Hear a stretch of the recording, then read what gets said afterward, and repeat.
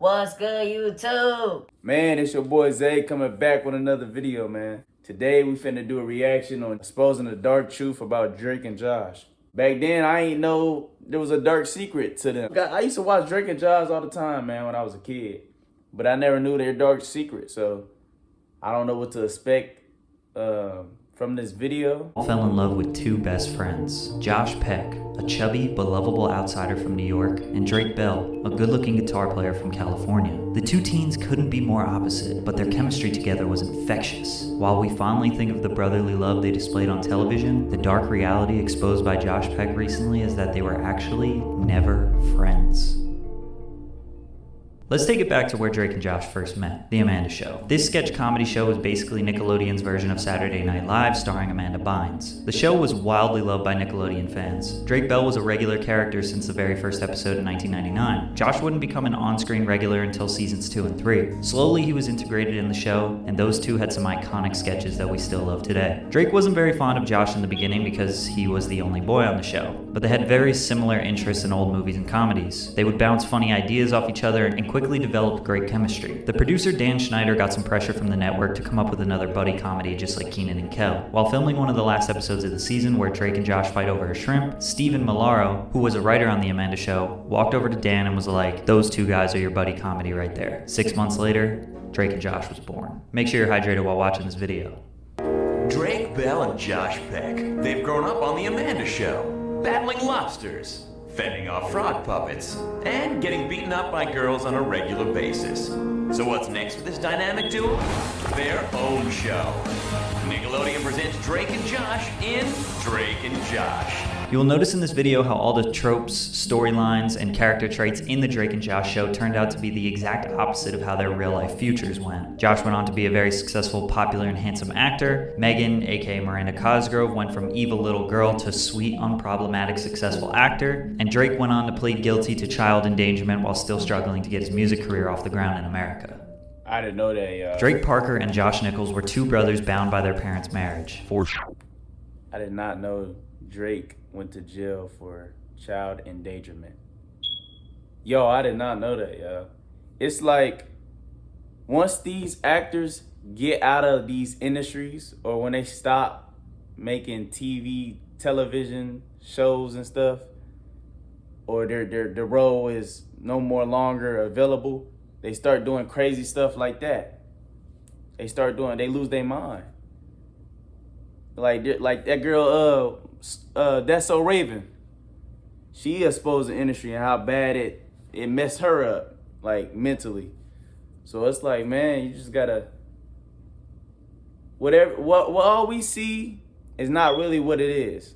You feel me? Because they do stuff behind the scenes all the time.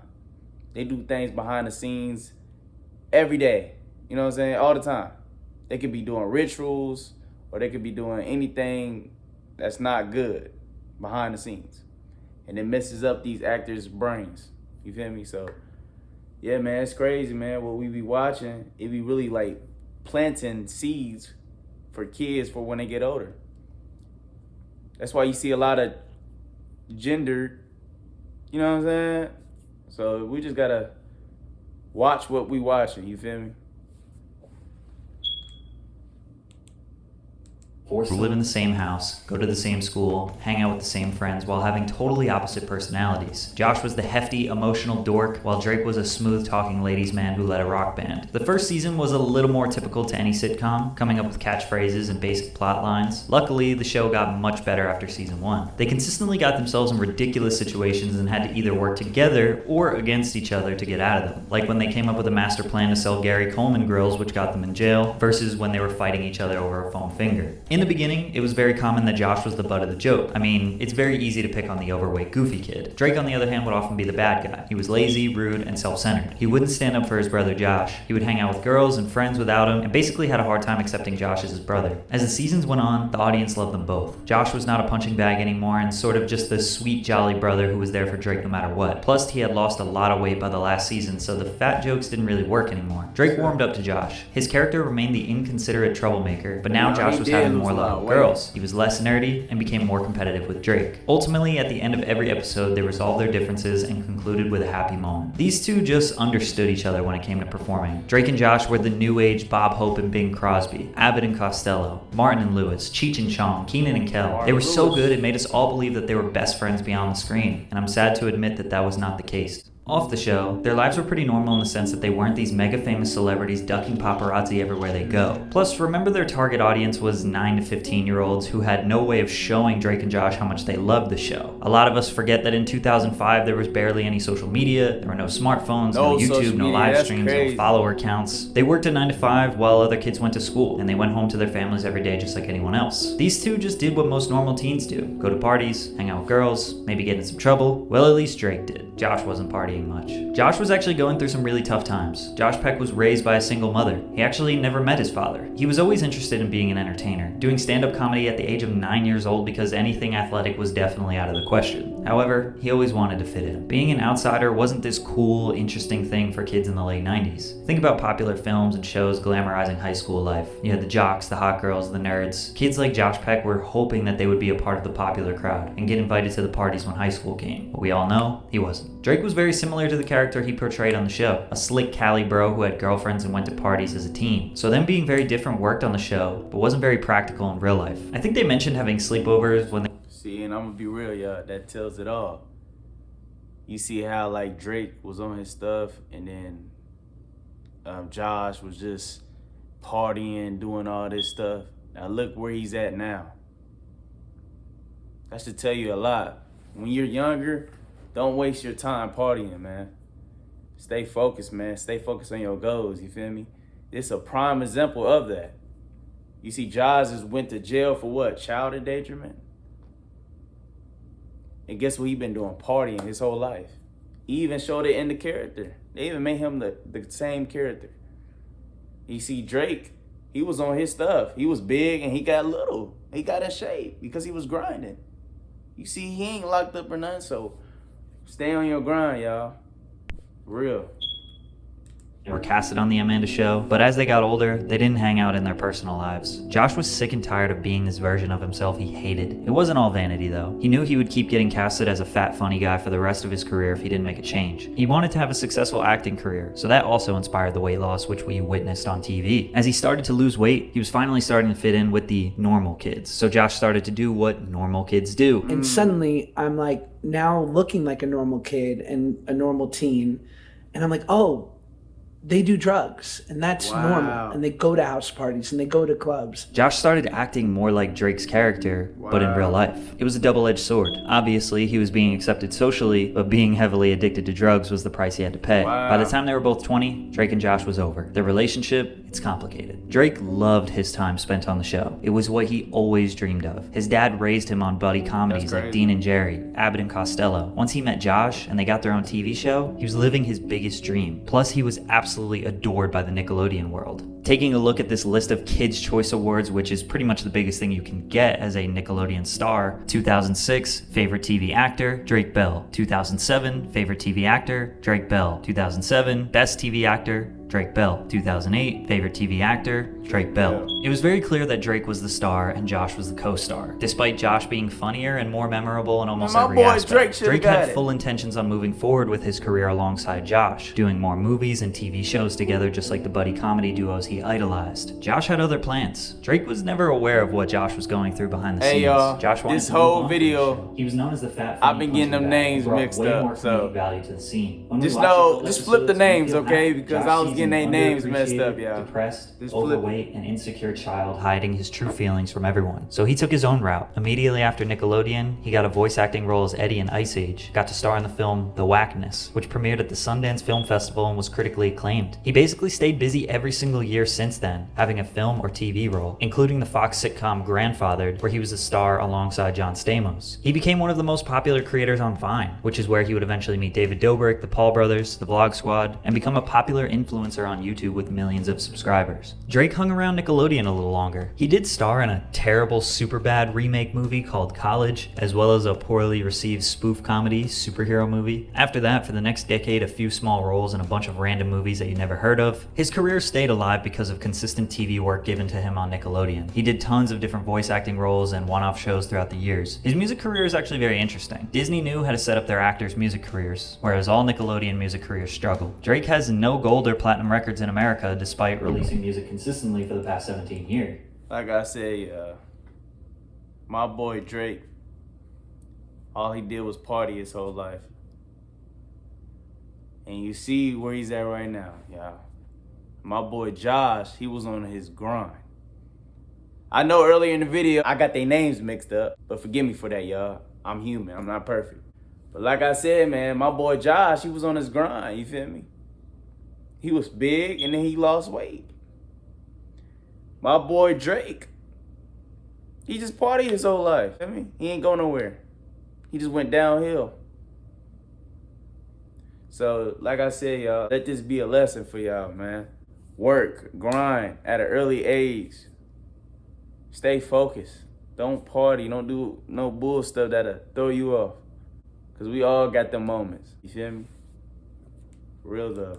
However, in Mexico and various Spanish-speaking countries, Drake Bell, aka Drake Campana, is a huge star. He's had multiple high-charting Billboard singles and albums in Mexico. In some of these countries, he does shows for thousands of people. He speaks Spanish, releases all his new music in Spanish, provides Spanish subtitles with everything he does. I'm not really sure how that all happened, but it's been very fruitful for him. In 2014, he filed for bankruptcy, owing over $500,000 in taxes. In 2016, he was arrested for his second driving under the influence charge. He served 1 day in jail and 4 years probation. When you're not invited to the wedding, the message is clear. True colors have come out today. Message is loud and clear. Ties are officially cut. I'll miss you, brother. Summer of 2017, Josh got married to his longtime girlfriend Paige, and Drake was not invited. The great fallout of Drake and Josh was the new viral gossip piece, and the internet was loving it. It seemed like just yesterday they were roommates playing ping pong and working at the movie theater. We thought Drake would be the best man. Turns out, he didn't even know about the wedding. The story blew up bigger than Drake could imagine. Thankfully, a couple months later, they made up and did some YouTube content together. Back together again.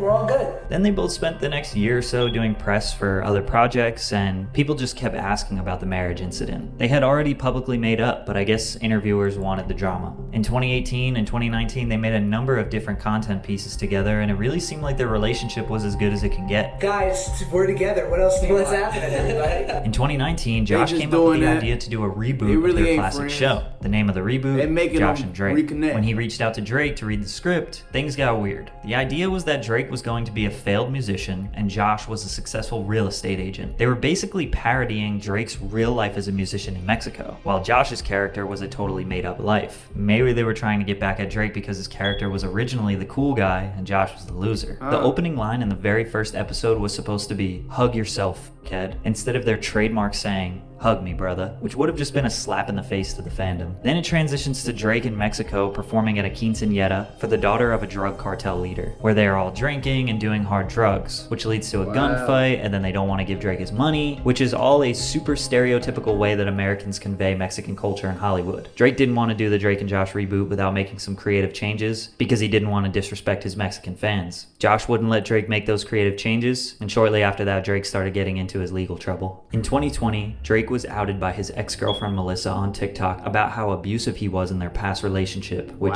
went pretty viral. Drake denied all claims of physical abuse, but admitted he could be verbally abusive like a lot of couples get during a fallout. This story led to multiple other accusations, including one that would make the courtroom. He pled guilty via Zoom to a felony attempted child endangerment and a misdemeanor charge of disseminating matter harmful to juveniles in June of 2021. But Drake was accused of much worse, including sending explicit pictures and engaging in sexual activity with a minor. However, he only admitted guilt of sending text messages that were sexual and then stopped once he was aware of the victim's age. The situation is definitely creepy. And there are a lot of other factors to consider which have been broken down extensively on YouTube. But the internet is not convinced that Drake is innocent of the harsher things he was accused of. His social reputation has obviously been ruined because of this. Which leads us to today. Josh Peck recently made some big claims on a podcast that he and Drake were never friends. Are you guys like not friends? Not really, no. He told a number of different lies on these podcasts that are starting to make fans question everything. I knew that Drake and I didn't stay in touch for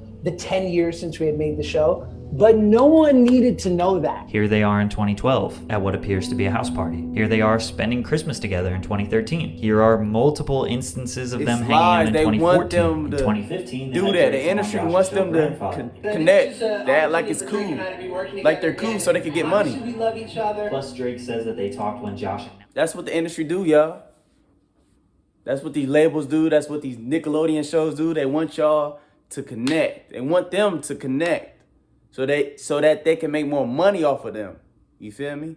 Even though they probably don't like each other, Nickelodeon's probably making them do that so they can make more money. You know what I'm saying? It's crazy. They fake it for the money, man. The whole Hollywood, all this stuff, I believe they fake it for the money. I even believe some of these deaths that be going on be fake. Like, for real, like. Now that he was engaged, to suggest that they at least didn't stay in touch is wild. He was surprised he wasn't invited then? If he's going bananas on you? He's surprised, but then he takes to the internet and he starts writing these tweets that immediately like catch fire. And so then he like leans in and goes on this press tour about how heartbroken he is. Drake tweeted 2 things and the internet dragged him out. Plus, there was no press tour. Then 2 months after that, they made up publicly and made some YouTube content together. After they made up publicly, Drake and Josh throughout the next year would talk about the marriage incident in various interviews. So I think Josh is just remembering things incorrectly. I was at the Video Music Awards and I see him there and he sees me. And I go up to him, like, and this might be the most Sopranos thing I've ever done. And I look at him and I go apologize to my wife right now. Josh literally filmed himself walking up to Drake. Does this look like how a gangster moves? And is that the last communication? Pretty much. The VMAs was in August of 2017. What did he do? Since then, they have filmed multiple YouTube videos together, worked on a Drake and Josh reboot, and I can only imagine they spent time together in their personal lives as well. That is not even close to the last time that they've had communication. Drake just recently started a podcast called Drake and Janet, with the same branding, which is just kind of weird, bro, like, let it go. Drake still says nothing but good things about Josh, and wants nothing more for them to be friends again. After all, the Drake and Josh show was the biggest and most successful thing that Drake has ever done, which isn't the same thing for Josh. He has absolutely destroyed his social reputation, and him repairing his relationship with Josh might be the only thing that could win over the people's trust again. However, it's pretty evident that Josh wants nothing to do with Drake. While he may be lying about them never being friends, he has made it very clear that since the show ended in 2007, he wanted to no longer be the secondary character, the fat funny guy, Drake's sidekick, and he worked extremely hard to build a career off his comedy and creative vision. Who could have ever guessed that their real life situation would turn out exactly like the episode Josh has done? Come on, dude, I said I was sorry. I heard you. Well, stop being mad at me. I'm not mad at you. I'm done. What is that supposed to mean? I don't want anything to do with you anymore. Josh, what? Look, I'm sorry. Well, Look, let me finish, okay? I was wrong, okay? I was wrong. what do you mean? I need you more than you need me. I need you way more than you need me, all right? I'm sorry. I just need you to understand that. Sorry, Josh. I'm sorry. I ain't gonna lie, that got deeper than what it seemed. Like, even at the end of the show, the end of the final season, how they just did that, and it's like, it's really reality. Like, what's really going on between them two in real life. It's like the whole thing is a reality show. I don't know if they faking it or if they serious, but I don't know, man. A lot of stuff be fake out here, man. They do it for money. You know what I'm saying? They do it for entertainment too, but I mean, I'm sticking with my boy Josh, man. I wouldn't want to be around all that, man. Like, I wouldn't want to be around negativity all day. Somebody that likes to party all day. I ain't even know my boy Drake was like that. I ain't know he got in trouble for child endangerment, none of that. But man, that's how sick the world gets, man.